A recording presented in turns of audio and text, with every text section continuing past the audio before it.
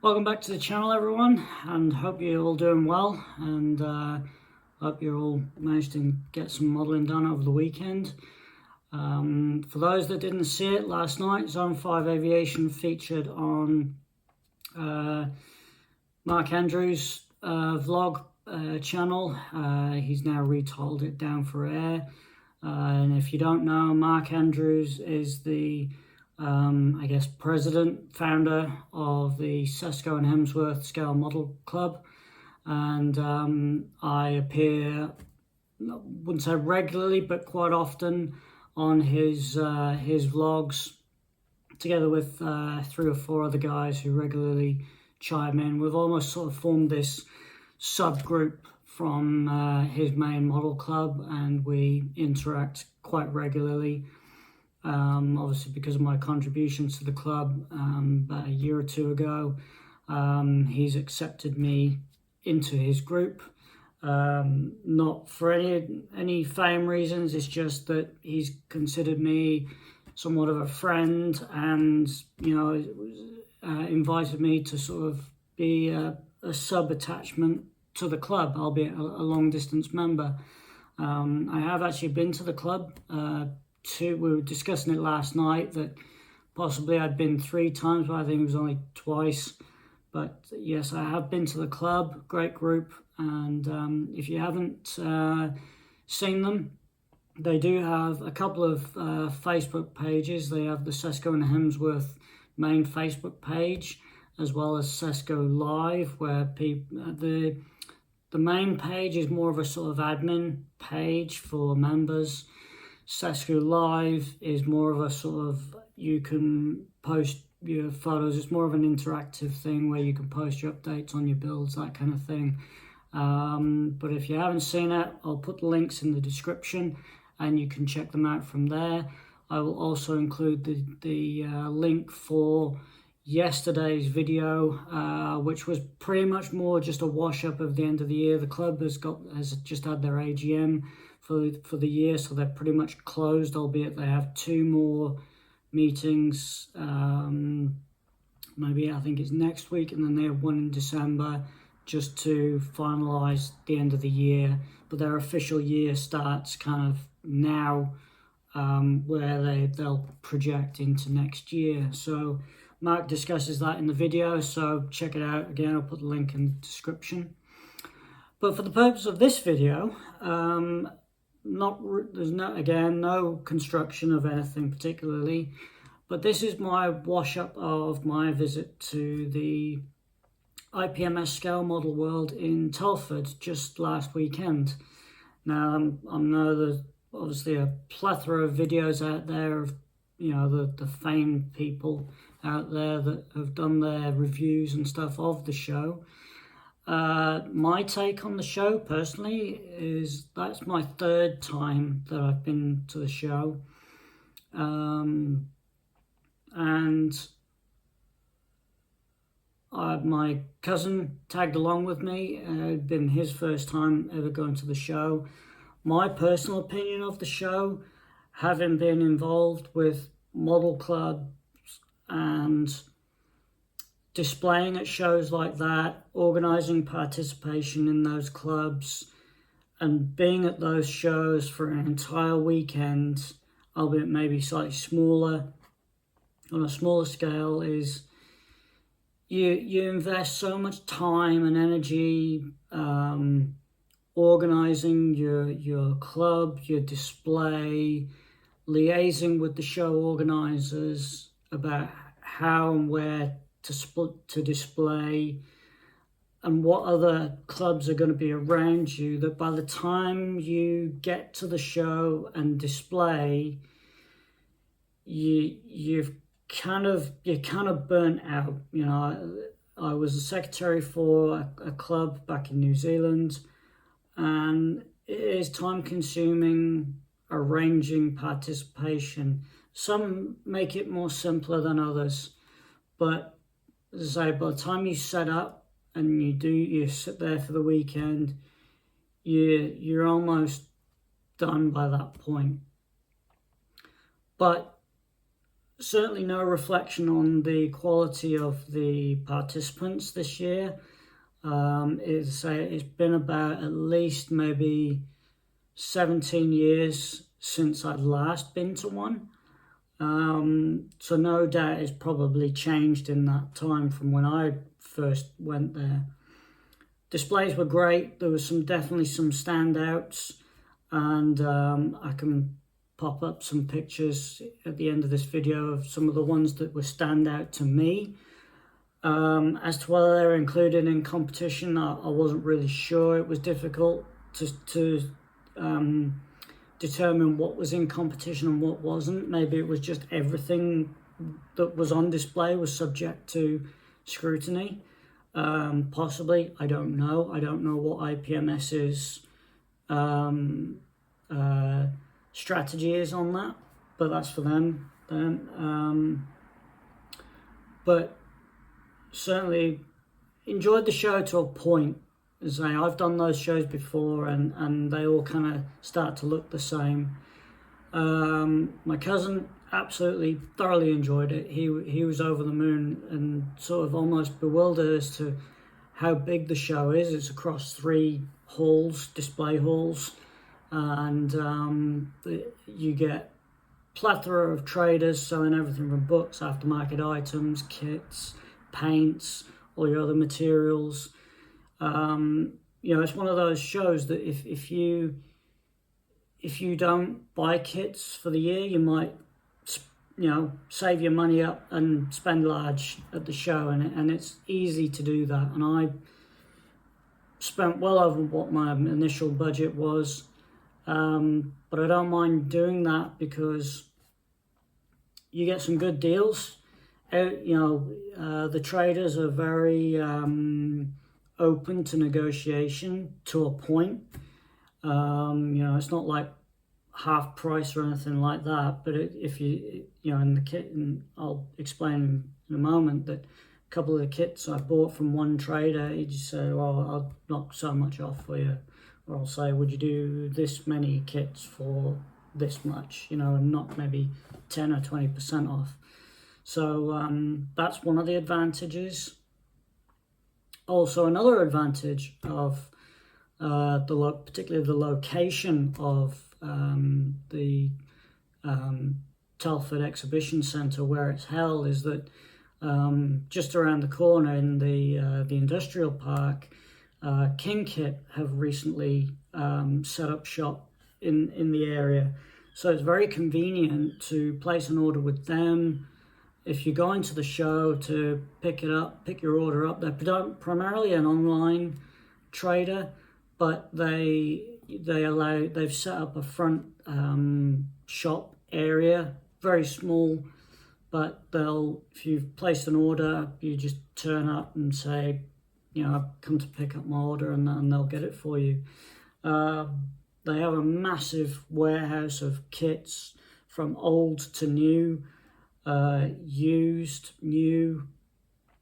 The good thing about KingKit as well is that they buy up bulk kits, so people's stashes that they don't want anymore, deceased estates, that kind of thing, and they check every kit, so you can guarantee that even if you buy a used kit, they will be complete.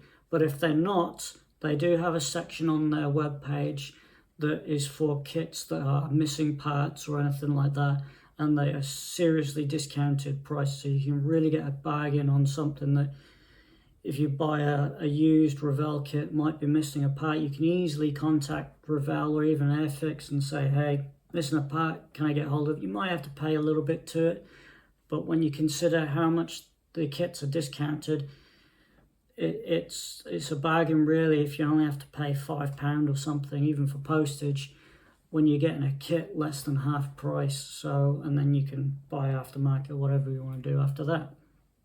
So the location of the IPMS Scale Model World, along with KingKit, it's a no-brainer to take advantage of both if you're going.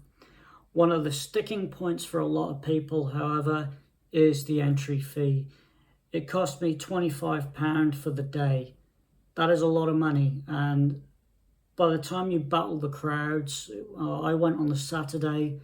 By the time you battle the crowds, after a couple of hours, you've had enough, because you're fed up of, struggling through the crowds. The trade stands aren't the best laid out, because you get one or two people in them and they're difficult to move around.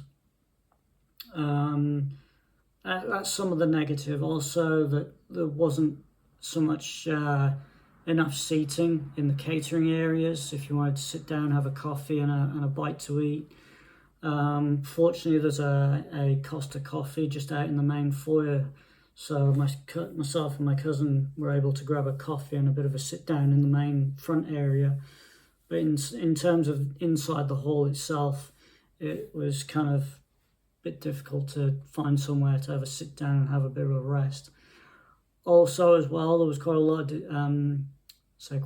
was quite a few disabled people that were finding it difficult getting around because of the layout, mainly because of the layout and the quantity of people. No one element was at fault. It was just a combination of elements that made it awkward for those people to get around. So, that's just something to be in mind of if you're going to go to the show. Again, no reflection on the quality of the stuff on display, just these little things to be aware of if you're going to go to the show to make the most of your time there.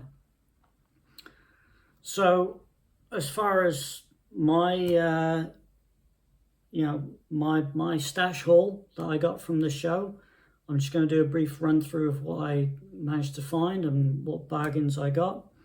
So the first one I've been looking for a while. I do have a 32nd scale version of it with the same markings, but I thought it'd be quite nice to try a kit that has been on my radar for a while, and just finding the right time and the right price for the kit, and it just so happened to turn up at the show. And that is the Armour Hobby 148 scale Hawker Sea Hurricane Mark II-C. Now, there's been some outstanding reviews of this kit. I'm not going to open up these kits because the reviews are out there. I don't do reviews. So if you want to take a look at ScaleMates, is a great place to go check out. I'll put the link in the description to ScaleMates. You can pretty much find any kit in there, including the instructions that you can download and have a look through. But particularly the Armour Hobby Sea Hurricane was one that had been on my radar. And one of the nice things about this kit, it comes with 3D printed parts. Hurricane's a beautiful airplane. It's kind of the unsung hero of the Battle of Britain. But I love aircraft in white. A few years ago, I built a 148 scale Edward BF-109E in white, and I just find that white just stands out on anything, whether it be the white Arctic schemes on a Tornado or Jaguar, white schemes on a 109 or a Sea Hurricane.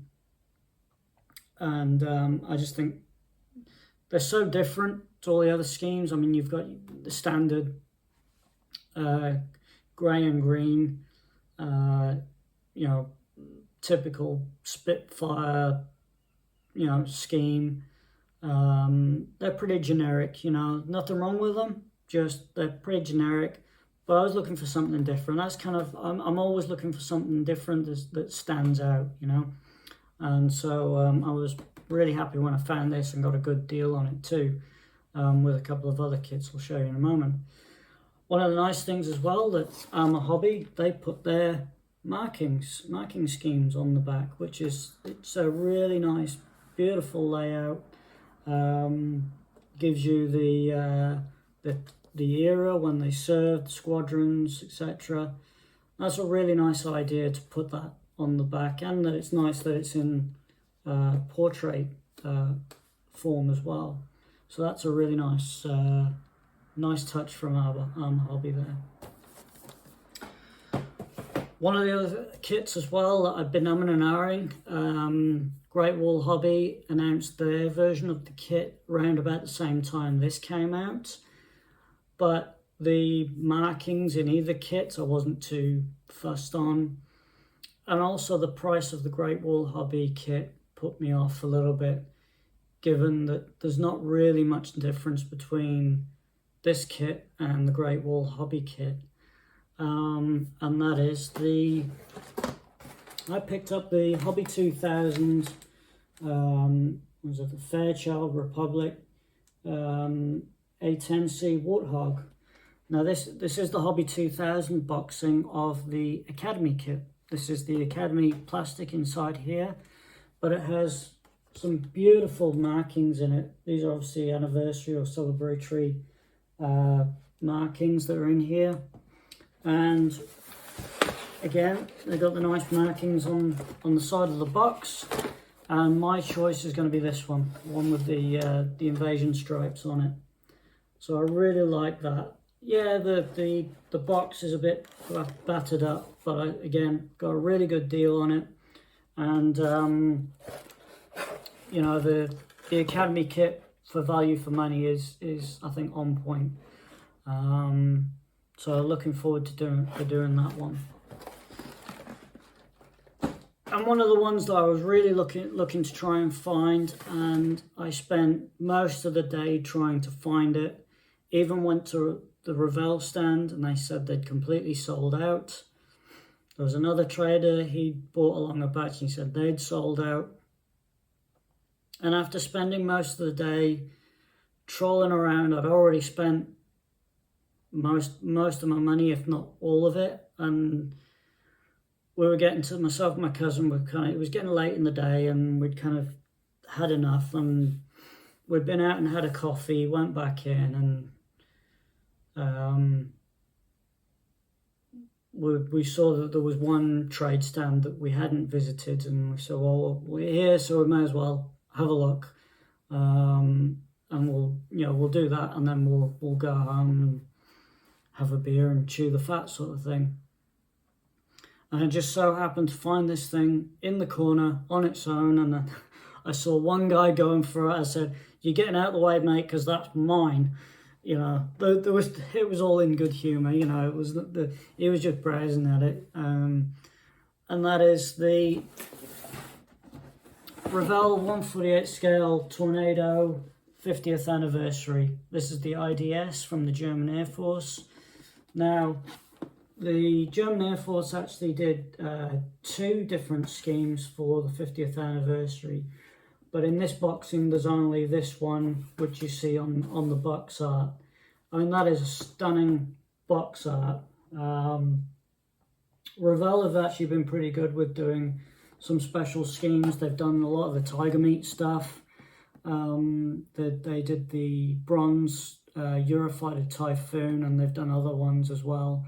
And the German Air Force are pretty good at doing their designs. So really wanted to find this one. I saw the alternative scheme at RIAT last year. I'll put a picture up here somewhere, I think. And love that. Love the Tornado. It's a shame that the RAF got rid of them in 2019. German Air Force is still flying them, the Italians and the Saudis, but they are getting long in the tooth now, and so I love the Tornado. Got absolute swag of them in my stash, but I really wanted this one. And I've actually come across a guy doing aftermarket decals who does custom work, so I might see if he can try and do the other 50th anniversary aircraft that I saw at RIAT. So love that aeroplane, So, but for anybody that doesn't know, this is actually a rebox of the original Revell Tornado that came out, it's been a while now, must be a good 6 or 7 years now, possibly, maybe even more. It first came out as the IDS, then it came out as the GR4. Then we've had Asta 3, and now this one. It'd be nice if they did a GR1.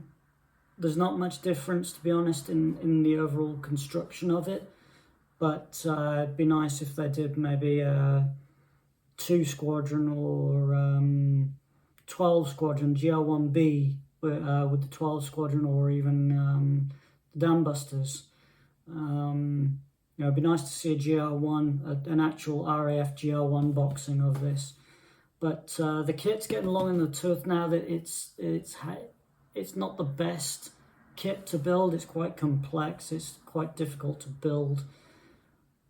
Here's hoping that maybe one day Airfix might do a brand new tool. I think it's about time we had a new tool, Tornado, because this one's a bit ropey, to say the least. But that's another story. But love that aircraft. The other thing as well, we can't go to these shows and not buy some sort of book. Modelers sort of live by their references, and we all have our own speciality. Some might be 109 Spitfires or particular jets. In my case, it's kind of well shown that I love the F-14 Tomcat.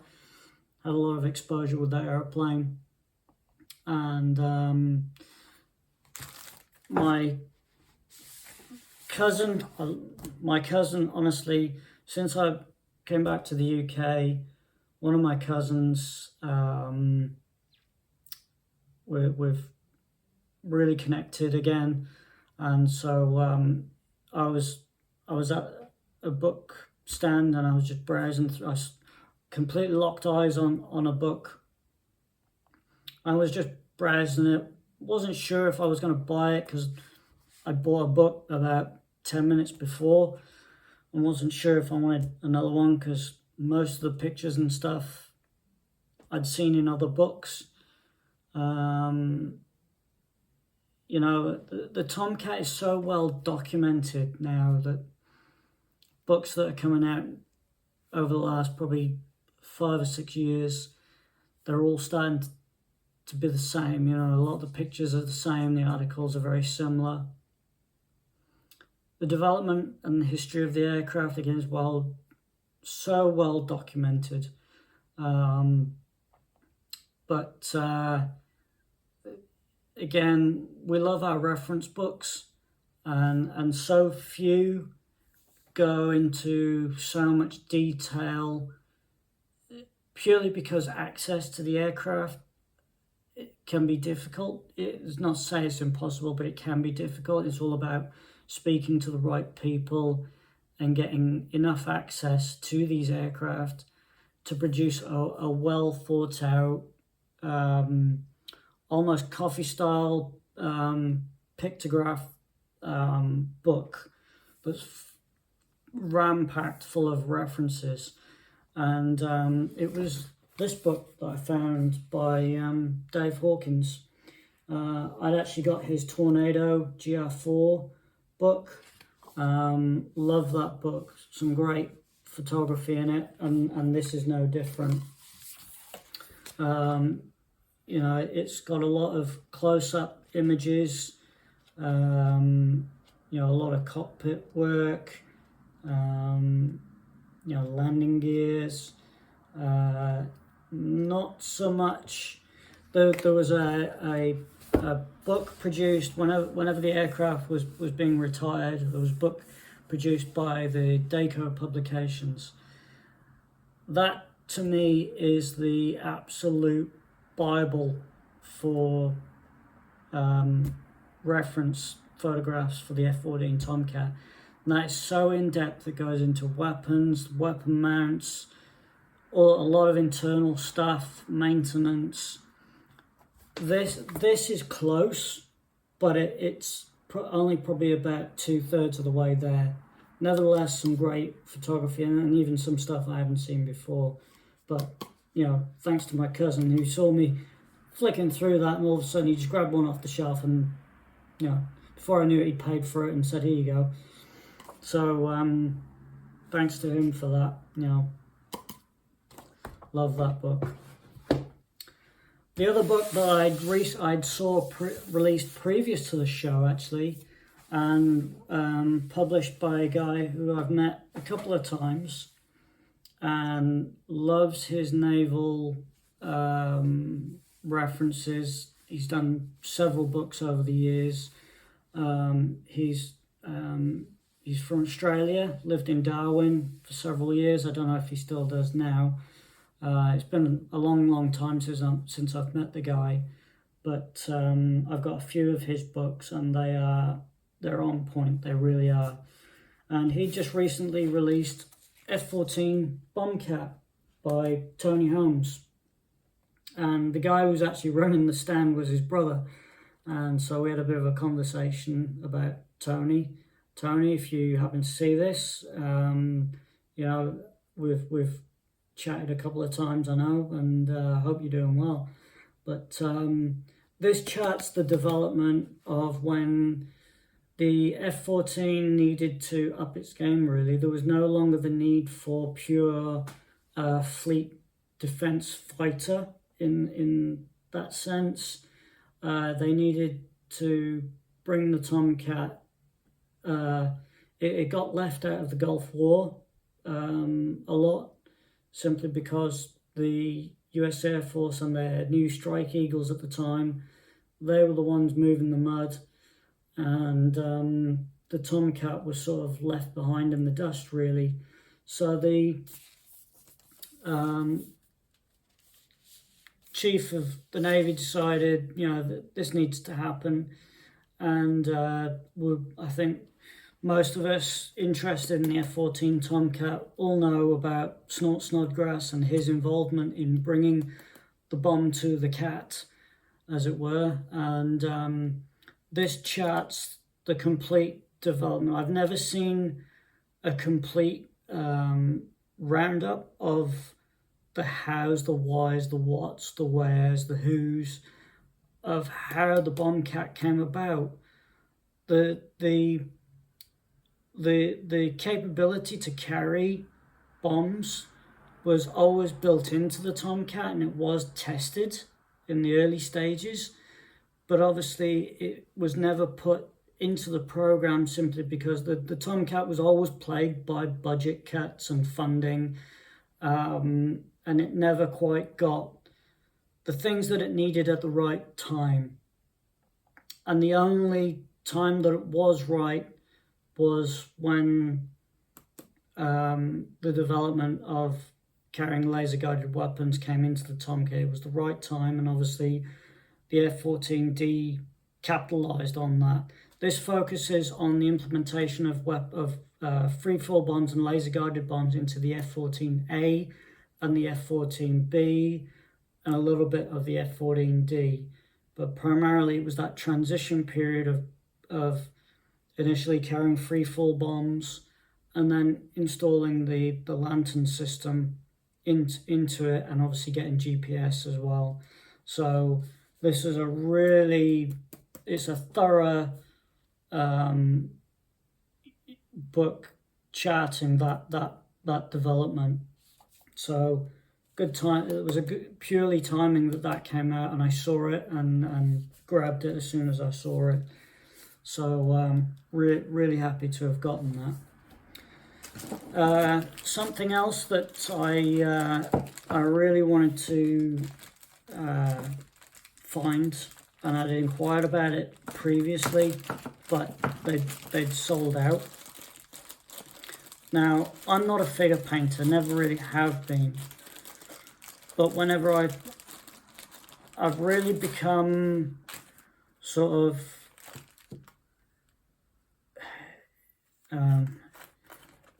really enamored with the story of Robin Olds and how he changed the way his squadron operated, and the fact that he was a quadruple ace.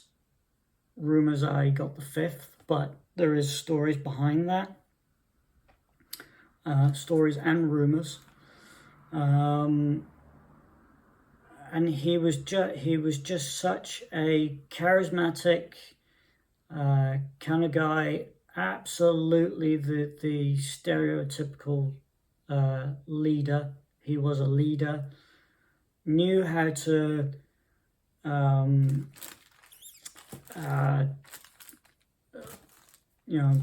moralize his pilots, his crew, his ground crew. He loved his maintainers. He did everything he could to make the life of his staff in Vietnam War and even as far back as World War II, make the lives of the people that worked for him better. Wasn't all just about war. He made it fun for them. He made them go beyond their capabilities in the way that he went about it. He did so much to build the morale of whoever he was working for him. He bucked the trend a lot. He went against a lot of the leaders, the top brass. Hence the moustache that he often had. And I've got the Academy 148 scale F4C with the markings of Robin Old's aircraft.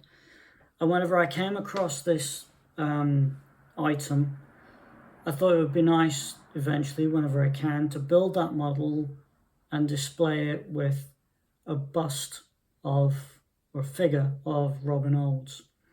And that's how I came across Mitchell's Models, who does, I don't know whether it's 3D casting or resin casting, but I got hold of this guy here. I believe this is a 1/18th or 1/20th scale bust of Robin Olds. Now, just look at the detail on that. He's got the stereotypical moustache, trademark of Robin Olds, and the detail on that is just, I think it's pretty good. I don't particularly look at many figures, but I think this is incredible. It's got you see all the webbing on the back there, and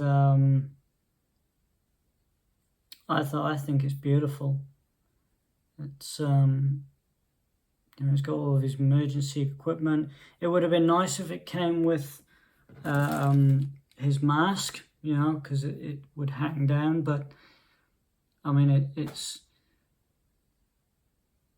there's so many pictures of Robin Olds, and particularly from his last flight when he's walking around his aeroplane.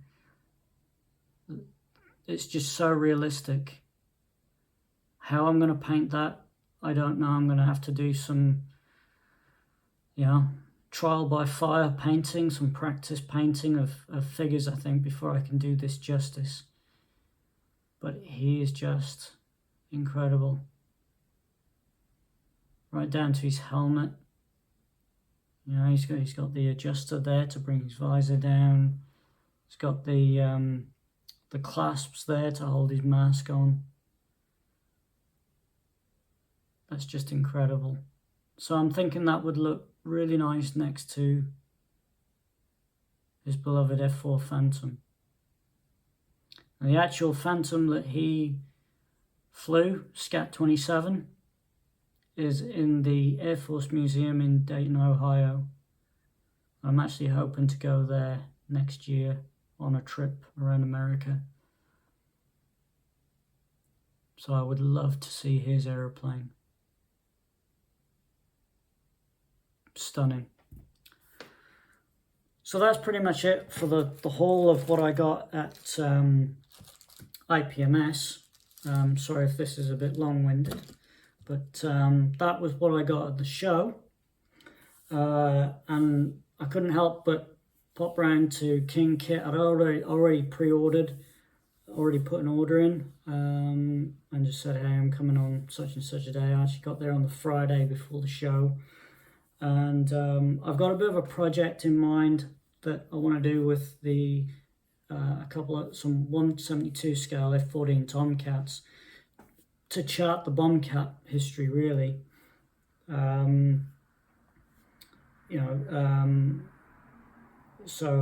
But in order to do that, I need parts from the Revell F-14D kits to add on to the early A kits, which had been updated at the time. So I grabbed myself a couple of the F-14D Revell 172 scale kits.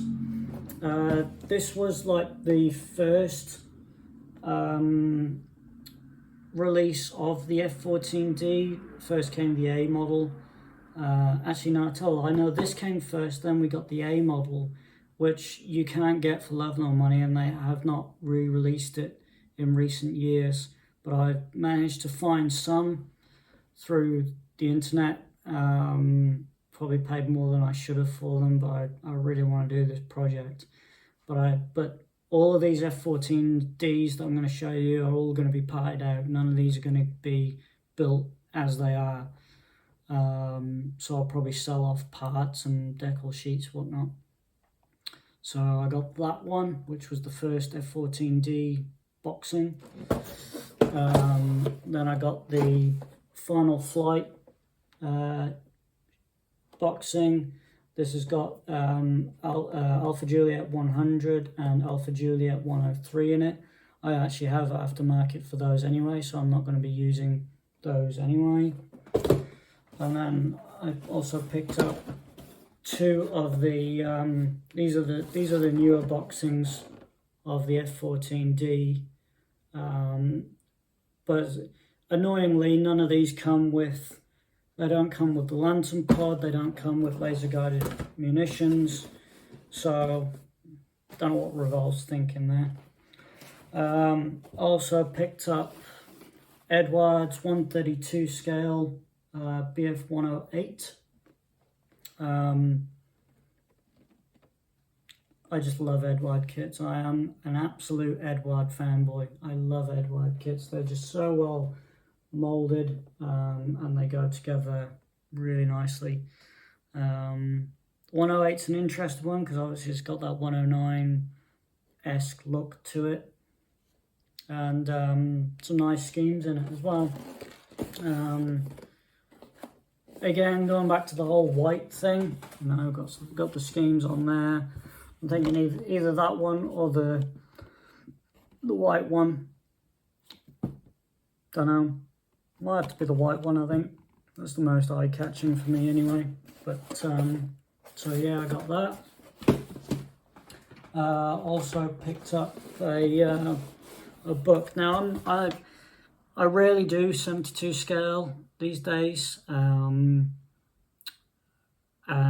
I've only ever done one 144 scale a fraction of times. But I found this book quite interesting because, you know, 144 scale is a very odd scheme, but this book shows how to do that scale well, very well actually, much in the same way as you would a 148 or 132 scale. You know, I do find that a lot of 144 scale kits, the shape's all wrong on them, but there are some absolute gems out there. So maybe I'll put some of the techniques in this book to the test someday. So that's about it. That's the wrap up of my trip to Telford, really. Hope you got something out of it. probably sounds like a whole lot of waffle, to be honest, but you know, I did enjoy the trip. You know, main purpose was to spend some time with my cousin, but he really wanted to go to the show, so it was good to combine that, really. But I'm going to sign off now. Stay safe, everyone. Happy modelling, and I'll see you on the next video. See you. Bye.